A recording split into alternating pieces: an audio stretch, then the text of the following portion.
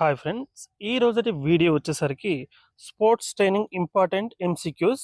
Video ఖచ్చితంగా first నుండి last వరకు చూడండి. చాలా ఇంపార్టెంట్ బిట్స్ అయితే డిస్కస్ చేయడం జరుగుతుంది.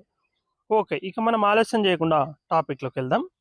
ఫస్ట్ క్వశ్చన్, మజిల్ పెయిన్కు కారణమైన ఆమ్లం ఇది, అంటే యాసిడ్ ఇది మన బాడీలో ఉండేది. A citric acid, B hydrosulphuric acid, C tartaric acid, D lactic acid. అంటే మనం మజిల్ పెయిన్కు కారణమైన ఆమ్లం ఇది అంటే ఆన్సర్ వచ్చేసరికి లాక్టిక్ యాసిడ్.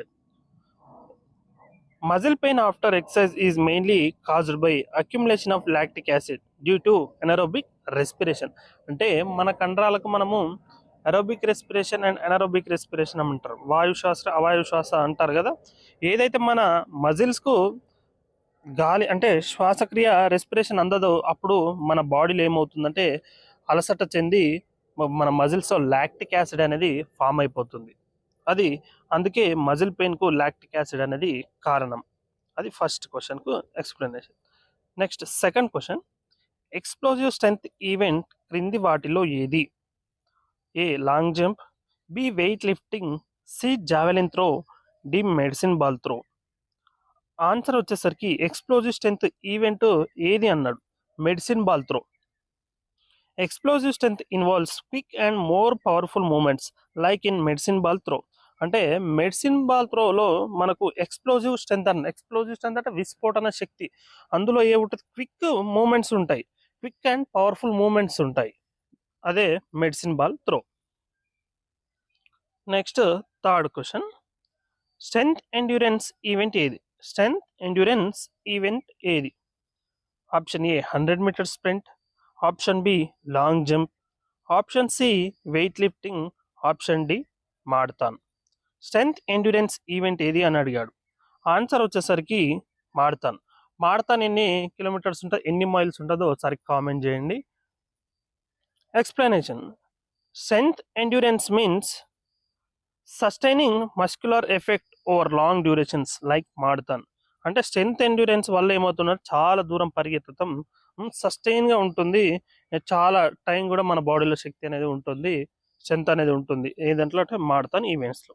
అదే బెస్ట్ ఉదాహరణ strength endurance. Next fourth question, 1960లో జేమ్స్ పెరిని ఏ స్ట్రెంగ్త్ ఎక్సర్సైజ్ను కనుగొన్నాడు? మనకు ఉన్నాయి కదా, 3-4 ఉన్నాయి, ఐసోటోనిక్, ఐసోకైనెటిక్, ఐసోటోనిక్ అని. ఇందులో మళ్ళీ మనకు కాన్సెంట్రిక్ ఇవి కూడా ఉంటుంది. అందులో మనకు ఐసోటోనిక్ ఎవరు అంటే ఇప్పుడు జేమ్స్ పెరిని 1968 అతను ఏది కనుగొన్నాడు ఈ క్రింది వాటిలో? Isometric exercise, isotonic exercise, isokinetic exercise, isohilaric exercise. Answer వచ్చేసరికి isokinetic exercise. Isokinetic exercise maintain constant speed regardless of force applied. అంటే ఐసోకైనెటిక్ ఎక్సర్సైజ్ ఏ విధంగా ఉంటుంది అంటే స్పీడ్ పై డిపెండెంట్, స్పీడ్ అండ్ ఫోర్స్ పై డిపెండ్ అయి ఉంటుందంట. ఎవరు కనిపెట్టారంటే ఐసోకైనెటిక్ ఎక్సర్సైజ్ జేమ్స్ పెరిని 1968. ఇది గుర్తుపెట్టుకుంటే చాలు. Next fifth question, slow twitch fibres quality కానిదేది? అంటే స్లో ట్విచ్ ఫైబర్స్ లక్షణం కానిదేది క్రింది వాటిలో ఇచ్చిన లక్షణాల్లో? ఏ ఎండ్యూరెన్స్ ఎక్కువగా ఉంటుంది, అధికం, బి లాంగ్ డిస్టెన్స్ రేస్లను అధిగమిస్తుంది, సి వీటిని ఎరోబిక్ ఫైబర్స్ అంటారు, డి అతివేగం దీని లక్షణం అంటే స్పీడ్ దీని యొక్క quality. Slow twitch fibres quality కానిదేది అన్నాడు. Slow twitch fibres are not endurance, not speed. Speed is a future of fast twitch fibres. అంటే ఇక్కడ ఏమంటుండంటే slow twitch fibres are for endurance కోసం, నాట్ స్పీడ్ కోసం కాదు. Speed is future of fast, speed కోసం ఏంటంటే ఫాస్ట్ ట్విచ్ ఫైబర్స్. బట్ ఇందులో మీరు స్లో ట్విచ్ ఫైబర్స్ క్వాలిటీ లక్షణం కానిది ఏది అని అన్నాడు. కాబట్టి ఫాస్ట్ ట్విచ్ ఫైబర్స్ లక్షణం ఏంది, స్పీడ్గా వెళ్ళడం. కాబట్టి దీని ఆన్సర్ ఏంది, డి అతివేగం దీని లక్షణం. స్లో ట్విచ్ ఫైబర్స్ ఏది చూడండి. నెక్స్ట్ క్వశ్చన్, ఎండ్యూరెన్స్ను అభివృద్ధి చేసే పద్ధతి ఏది? ఎండ్యూరెన్స్ను అభివృద్ధి చేసే పద్ధతి ఏది? A circuit method, B fartlek method, C repetition method, D training method. ఎండ్యూరెన్స్ను అభివృద్ధి చేసే పద్ధతి ఆన్సర్ వచ్చేసరికి ఫాటలిక్. ఫాటలిక్ అంటే ఏంది, స్పీడ్ ప్లే అనేది ఏ పదం, స్వీడిష్ పదమా ఏ పదం అనేది కూడా కామెంట్ చేయండి. Improves cardiovascular endurance using varying speeds. అంటే ఫాటలిక్ స్పీడ్లో డిఫరెంట్ టైప్స్ ఆఫ్ స్పీడ్స్ ఉంటాయి, డిఫరెంట్ టైప్స్ ఆఫ్ అన్నీ ఉంటాయి. బట్ ఎండ్యూరెన్స్ని అభివృద్ధి చేసే పద్ధతి ఏదంటే ఫాటలిక్ మెథడ్. ట్రేడ్మిల్ ఎక్సర్సైజ్ ఏ స్ట్రెంత్ ఎక్సర్సైజ్కి ఉదాహరణగా చెప్పవచ్చు. ట్రేడ్మిల్ ఎక్సర్సైజ్ ఏ స్ట్రెంత్ ఎక్సర్సైజ్కి ఉదాహరణగా చెప్పవచ్చు. A isometric exercise, B isotonic exercise, C isokinetic exercise, D isohilaric exercise. Treadmill exercise ఏ స్ట్రెంత్ ఎక్సర్సైజ్ ఉదాహరణగా అంటే ఐసోకైనెటిక్ ఎక్సర్సైజ్ అంట. Next 8th question. క్రీడా శిక్షణ అనగా క్రీడలలో ఉన్నత స్థాయి ప్రదర్శనకు సంసిద్ధం చేయు ప్రక్రియని నిర్వచించినది ఎవరు? క్రింద ఇచ్చిన వాటిలో క్రీడా శిక్షణ అనగా క్రీడలలో ఉన్నత స్థాయి ప్రదర్శనకు సంసిద్ధం చేయు అని ఎవరు చెప్పారు? A Garrison, B Tatone, C Schnabel, D Hardayal Singh. Answer వచ్చేసరికి Hardayal Singh. Next 9th question. మీకు నచ్చిన క్రీడపై దృష్టి సాధించిన లక్ష్యాత్మక విధానమే క్రీడా శిక్షణ అని నిర్వచించినది ఎవరు? మీకు నచ్చిన క్రీడపై దృష్టి సాధించిన లక్ష్యాత్మక విధానమే క్రీడా శిక్షణ అని నిర్వచించింది ఎవరు? A Garrison, B Tatones, C Schnabel, B ఏవి కాదు. ఆన్సర్ వచ్చేసరికి Tatones. Next 10th question. Biceps curl exercise strength ఎగ్జాంపుల్గా ఏది చెప్పవచ్చు? ఈ క్రింది ఇచ్చిన ఓ మెథడ్స్ ఉన్నాయిగా, ఆ మెథడ్లో biceps curl exercise strength example దేని కింద చెప్పవచ్చు? A isometric exercise, B isotonic exercise, C isokinetic exercise, D isohilaric exercise. Answer వచ్చేసరికి ఐసోటోనిక్ ఎక్సర్సైజ్ చెప్పవచ్చు. Next 11th question. Fitness component కానిది ఏది? ఈ క్రింద ఇచ్చిన కాంపోనెంట్స్లో ఫిట్నెస్కి సంబంధించింది ఏది? A coordination, B memory power, C speed, D endurance. Answer వచ్చేసరికి బి మెమొరీ పవర్, ఎందుకంటే ఇది ఫిట్నెస్ కాంపోనెంట్ కాదు. Next 12th question.